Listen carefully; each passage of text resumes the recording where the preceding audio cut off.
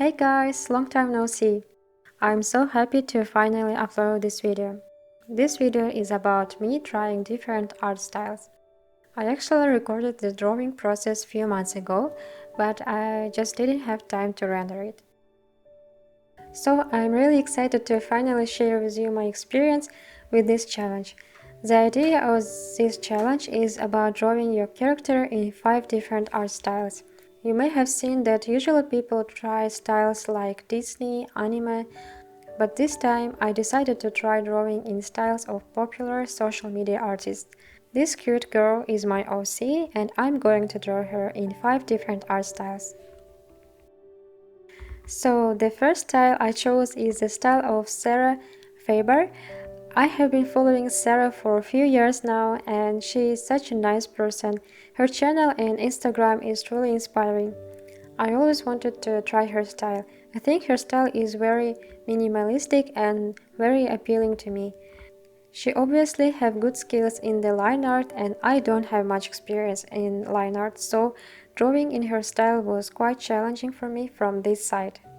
Making a good line art requires a lot of practice. You need to have good basic knowledge about anatomy, about face construction. Your lines and poses have to be very dynamic to make your art more alive and eye-catching. After finishing the sketch, I am setting this layer to multiply and adding new colors on the new layers. The layers have to be separate so you have more control over the drawing process, so later if you want to change some colors on or adjust saturation, brightness or contrast, you always can do it without affecting other layers. Then I am slowly coloring her eyes and trying to add some shadows and erasing some parts on the face to make them softer. I noticed that Sarah is not using a lot of complex shading, so this part was easier for me. And another thing that I have to mention is that I think that the brushes are really important for Sarah's style. I tried to use textured sketching brushes. It makes the sketch look more sophisticated immediately. I added some shadows on the side of her face, on her shoulders and underneath her chin. Then I am adding deeper shadow with textured brush and giving it some warmth. Adding some details to her eyes, and now we are ready to move to her hair. I can say that drawing hair is my favorite part because I don't have any strict rules. You can draw random hair strands. You have more freedom here. Maybe there is one rule. You have to avoid any repetitiveness. Okay, now some finishing touches, adding some shine to her hair. Overall, I can say that I really like the result of this drawing. In Sarah's style, I think it turned out quite close to her style and I learned that I definitely need to practice more line art. Now moving on to the next style, and the next artist I chose for this challenge is Pypah. Her style is very recognizable and unique. Before I started the drawing, I have watched her video on her YouTube channel and where she explains her whole drawing process. Her tutorials are very useful and easy to follow, so I highly recommend her channel to you. Pypah likes to stylize her characters a lot. They usually have big ears, round upturned noses, thick eyebrows and big eyes, so I had so much fun trying these face features. She explains in her video that she uses her sketch for the drawing, so the sketch has to be clean. I usually do only rough sketches, so it was very nice to make a clean sketch again. It's a good practice. I forgot to mention that for this video I used so many different brushes that I usually don't use. I don't remember the name of this brush that I use for Pypah sketch. She mentioned that she uses this brush for all her drawing, for sketching and for rendering, and I totally agree with her. This brush is really nice. You can check it out in her video. She also added some shading in the sketching process, and it will make your life much easier when you later add some colors to your sketch. This whole process of sketching was very unusual for me because I usually draw a rough sketch and go immediately to colors, but in this case it was very fun to clear the sketch, to add some shades, to give some volumes. But I think it makes sense because it really will make your life easier later and the rendering process will be much faster. Working more at this step, you can avoid many mistakes later, and coloring process later will be much more fun. Now moving on to hair shading. This process is almost the same as you usually draw hairs. As before, we are darkening shadow areas and leaving lighter areas untouched. Now we are done with sketching process, and before setting it to multiply layer, we are changing its color to red. And changing it to red color will make our sketch look softer. You can now see that when we are adding colors, we already have some shades and it already looked a bit rendered and it doesn't look raw. I almost always try to draw the face first. We are adding some eyeball color and coloring her eyes. We are making the sketch lines on the face black again to add some contrast and to make them stand out. I really like this technique. It reminded me some comic books art styles. Now adding more shadows to her face, drawing her lips, making them really bright, drawing some shadow under her nose, and moving to her eyebrows. I think the eyebrows are a very important part of her drawing style.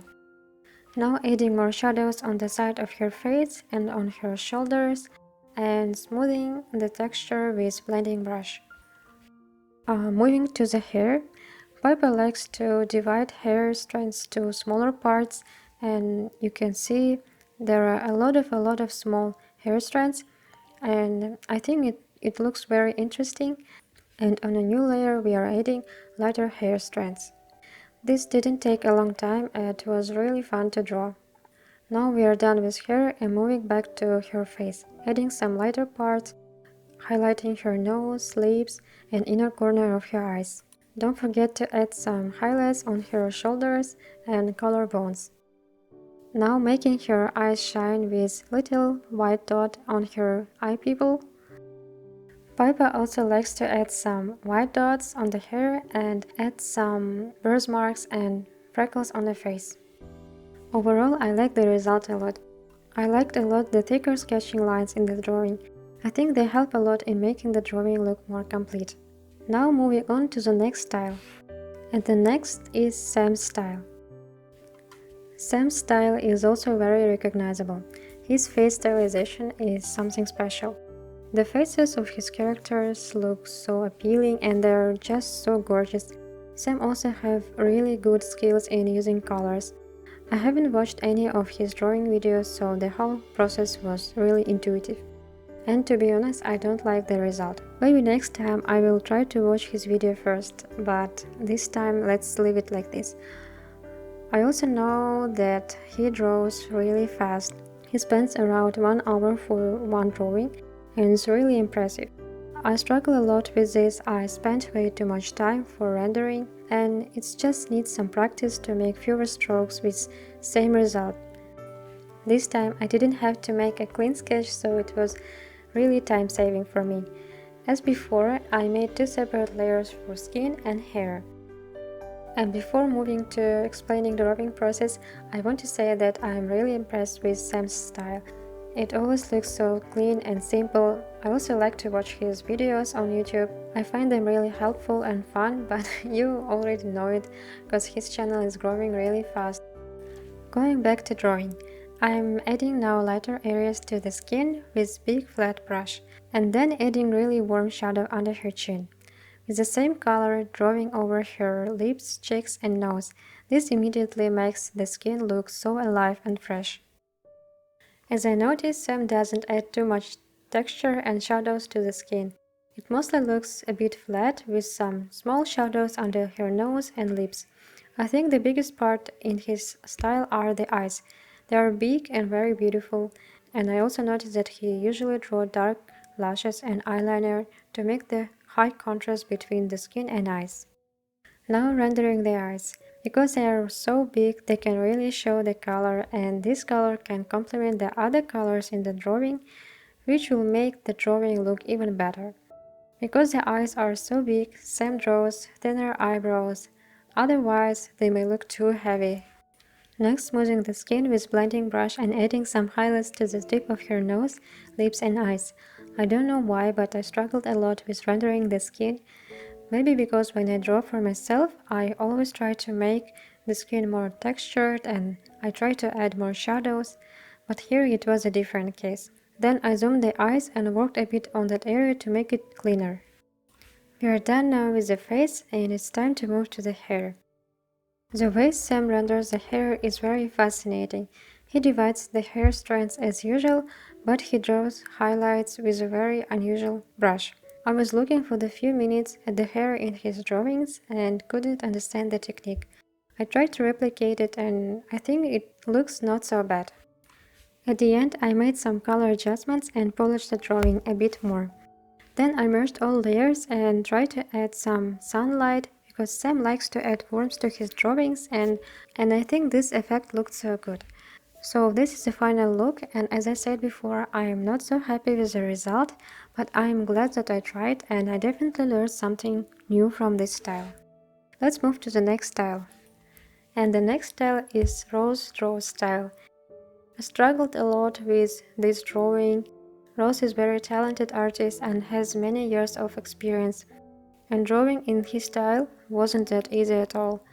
When you look at his drawing, they don't look super rendered, and I thought that it will be easier, but same as with Sam, Ross' style looks simple, but in reality not that simple to replicate. I don't know what is the reason, and I will definitely watch one of his tutorials later.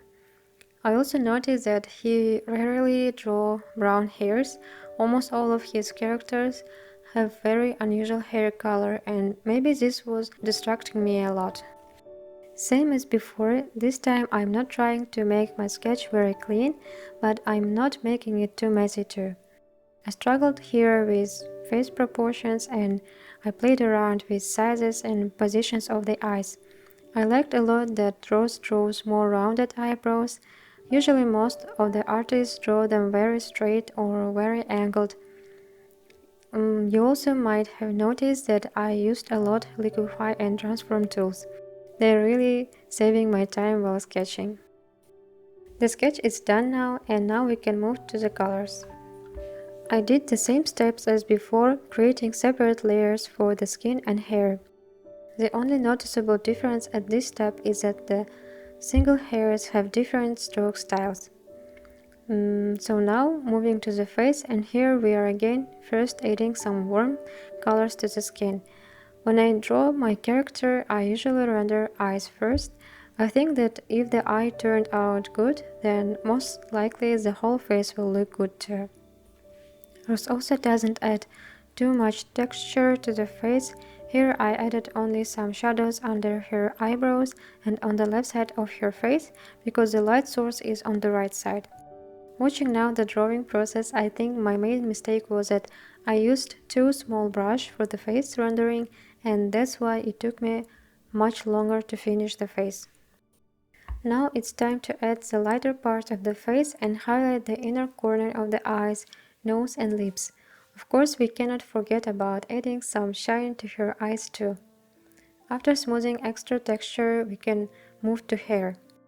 As usually dividing hair to smaller hair strands and now adding some shine to her hair, just drawing thicker lines to prominent areas. Ross also likes to add single white hairs and I never did anything like this before, so I think that's really fun. Next I am lightening the left part of her hair to give some atmosphere and also brightening a bit her skin. Then I decided to make her eyes a bit smaller as they were too big from the very beginning. And as a next step, I'm lowering her hairline and made it a bit softer, erasing some parts and making the skin more visible. Now it's time to add some really vibrant colors because RossDraws are usually have some very saturated spots. For this drawing, I tried different colors and I think the best one was the blue one, same as on the previous drawings. And this was the last step. What do you guys think about this drawing? Do you like it or no? As I said, it's not my favorite from all of 5. And now let's move to the last style. I think this one must be my favorite. And the 5th artist is Loish. I was so excited about this. She is one of many people's favorite artists. Her style is unique and so beautiful.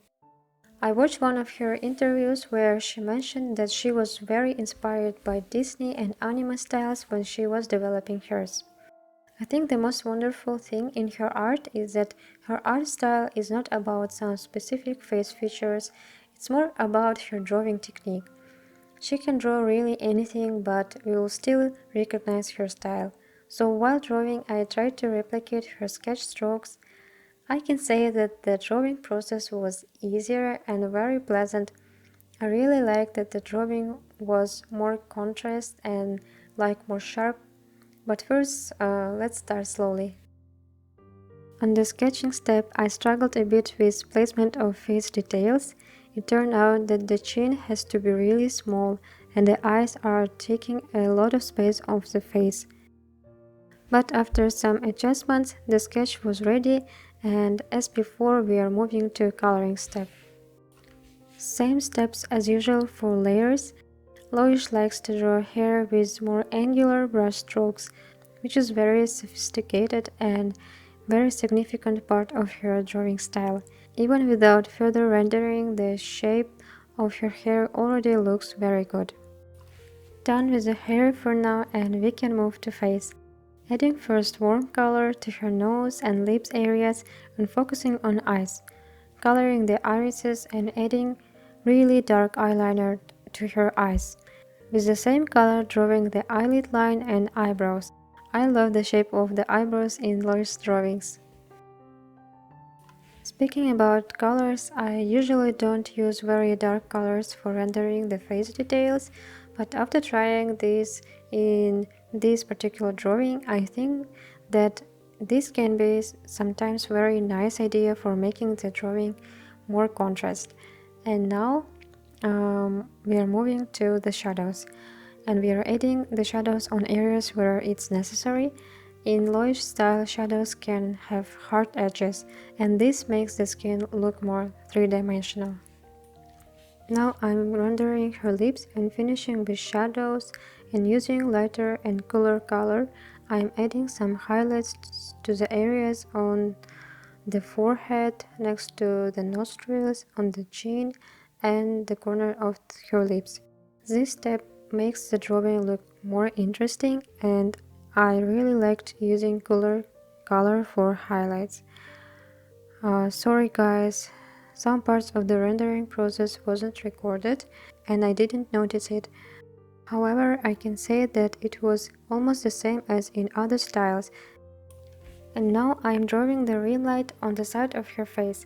I saw Lois was teaching this in one of her tutorials, making the eyebrow more dramatic. Next, I am changing a bit her face with liquify tool, and this is the final result. Let me know which one is your favorite from all 5. My favorite is definitely the last one. I really liked this challenge and it was really fun and also helpful at the same time. Thank you for watching guys. See you in my next video. Bye.